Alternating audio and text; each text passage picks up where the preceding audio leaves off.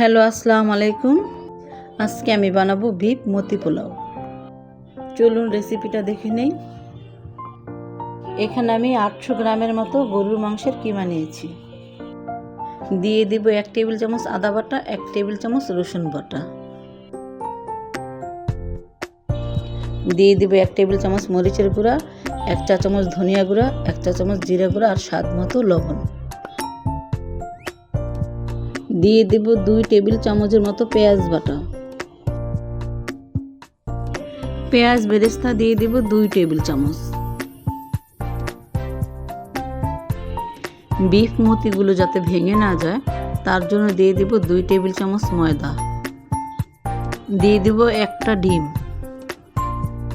সব মশলাগুলো ভালোভাবে কিমার সাথে মেখে নিতে হবে।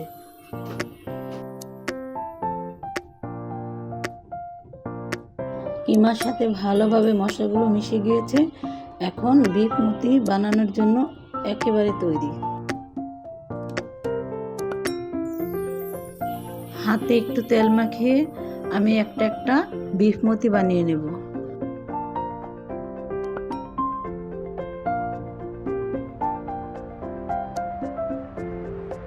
ছোট ছোট করে গোল গোল শেপ দিয়ে সবগুলো মতি আমি এক এক করে বানিয়ে নেব। আমি এভাবে সবগুলো বিফ মতি বানিয়ে নিয়েছি। আমি মতিগুলো 5 মিনিট সেদ্ধ করে নেব। বিফ মতি ভেজেও রান্না করা যায়, কিন্তু আমি সেদ্ধ করে রান্না করব। 5 মিনিট সেদ্ধ হয়ে গিয়েছে। এখন আমি সবগুলো বিফ মতি তুলে নেব। পুরো একটা ফ্রাই প্যান বসিয়ে দিয়েছি। দিয়ে দেব পেঁয়াজ বেরেস্তা ভেজে রাখা হাফ কাপ পরিমাণ তেল।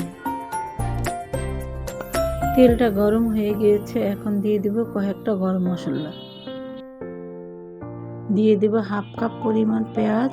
পেঁয়াজটা আমি হালকা বাদামি করে ভেজে নেব। পেঁয়াজটা বাদামি করে ভাজা হয়ে গিয়েছে। এখন দিয়ে দেবো 1 চামচ আদা বাটা, 1 চামচ রসুন বাটা। আদা রসুন বাটাটা আমি একটু ভেজে নেব যাতে কাঁচা গন্ধটা চলে যায়। দিয়ে দেবো 1 টেবিল চামচ গুঁড়া মরিচ, 1 চা চামচ জিরা গুঁড়া, 1 চা চামচ ধনিয়া গুঁড়া।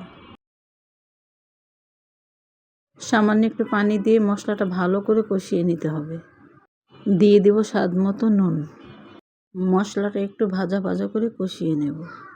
এখন দিয়ে দেব 2 টেবিল চামচ বাদাম বাটা। আমি এখানে কাঠবাদাম বাটাটা ইউজ করেছি। বাদাম বাটাটা দিয়ে একটু নেড়ে চেড়ে কষিয়ে নেব। এখন দিয়ে দেব 2 টেবিল চামচ পরিমাণ টক দই। টক দইটা দেওয়ার পরে অনবরত নাড়তে থাকতে হবে, না হলে দইটা ফেটে যাওয়ার সম্ভাবনা থাকে। এখন মশলাটা ভালোভাবে কষাতে হবে যতক্ষণ না তেল উপরে উঠে আসে। মশলাটা ভালোভাবে কষানো হয়ে গেছে। এখন দিয়ে দেব সেদ্ধ করে রাখা বিফ মতিগুলো। বিফ মতিগুলো 2 মিনিটের মতো কষিয়ে নিতে হবে। 2 মিনিট কষানো হয়ে গিয়েছে। দিয়ে দেব 1.5 কাপ পরিমাণ পানি। আমি যে মতিগুলো সেদ্ধ করেছিলাম সেই পানিটা আমি ফেলে দিইনি, সেই পানিটা এখানে ইউজ করেছি। এখন দিয়ে দেব 2 টেবিল চামচ পরিমাণ পেঁয়াজ বেরেস্তা। আমি পানিটা শুকিয়ে যাওয়া পর্যন্ত রান্না করে নেব। পানিটা শুকিয়ে এসেছে আর তেল উপরে উঠে এসেছে। আমার রান্নাটা হয়ে এসেছে। আমি এখন চুলাটা বন্ধ করে ঢাকনা দিয়ে ঢেকে দেব। আমি একটা ফ্রাই প্যানে দিয়ে দেব 2 টেবিল পরিমাণ সয়াবিন তেল। দিয়ে দেব কয়েক টুকরো গরম মশলা।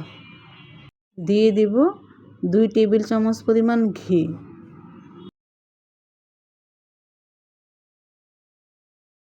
মশলাটা একটু ভেজে নেব। দিয়ে দেব 2 টেবিল চামচ পরিমাণ পেঁয়াজ। পেঁয়াজটা হালকা করে ভেজে নেব। আমি এখানে হাফ কেজি পরিমাণ পোলার চাল নিয়েছি। দিয়ে দেব পোলার চালটা দিয়ে ভালোভাবে ভেজে নিতে হবে।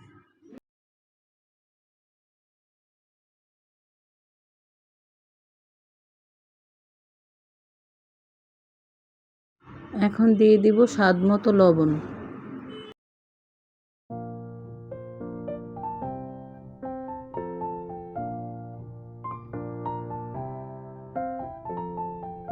আমার পোলার চালটা ভালোভাবে ভাজা হয়ে গিয়েছে।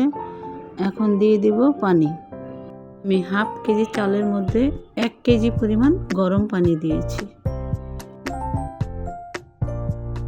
দিয়ে দিব 2 টেবিল চামচ পরিমাণ গুঁড়ো দুধ।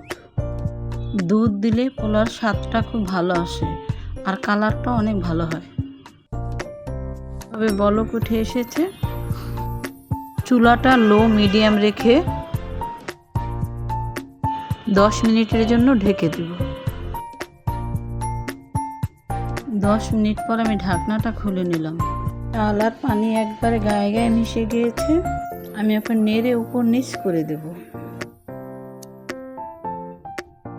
এখন দিয়ে দেব 2 টেবিল চামচ পরিমাণ কিশমিশ আর 2 টেবিল চামচ পরিমাণ পেঁয়াজ বেরেস্তা।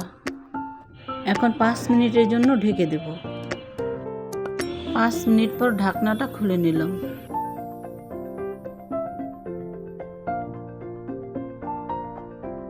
পোলাওটা ভালোভাবে নেড়ে চেড়ে উপর নিচ করে দিতে হবে, যাতে সবগুলো চাল সমানভাবে সেদ্ধ হতে পারে।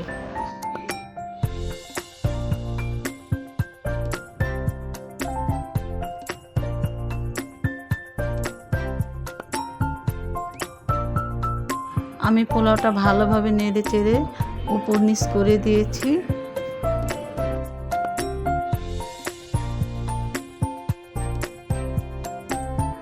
এখন দিয়ে দিব সামান্য পরিমাণ জর্দা রং।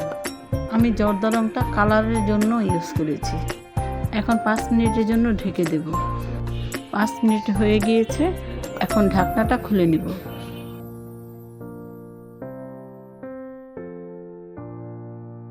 এখন পোলাওটা ভালোভাবে নেড়েচেড়ে মিশিয়ে দিতে হবে।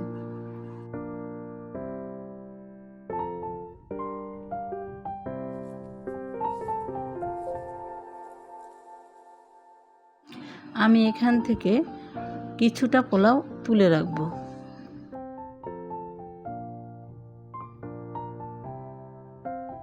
এখন আমি বিফ মতিগুলো পোলাওয়ের মধ্যে দিয়ে দেব।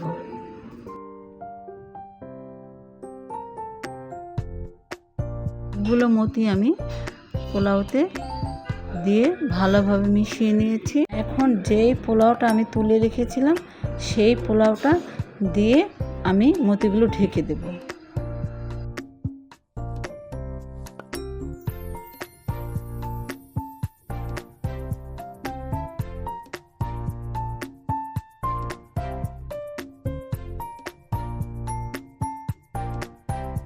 দিয়ে দিব কিছুটা পেঁয়াজ বেরেস্তা।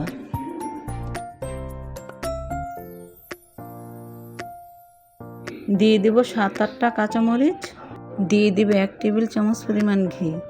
শেষে ঘিটা দিলে ঘির ফ্লেভারটা পোলাওতে ভালো আসে। এখন আমি 10 মিনিটের জন্য ঢেকে দমে রেখে দেব। ফিরে এলাম 10 মিনিট পর।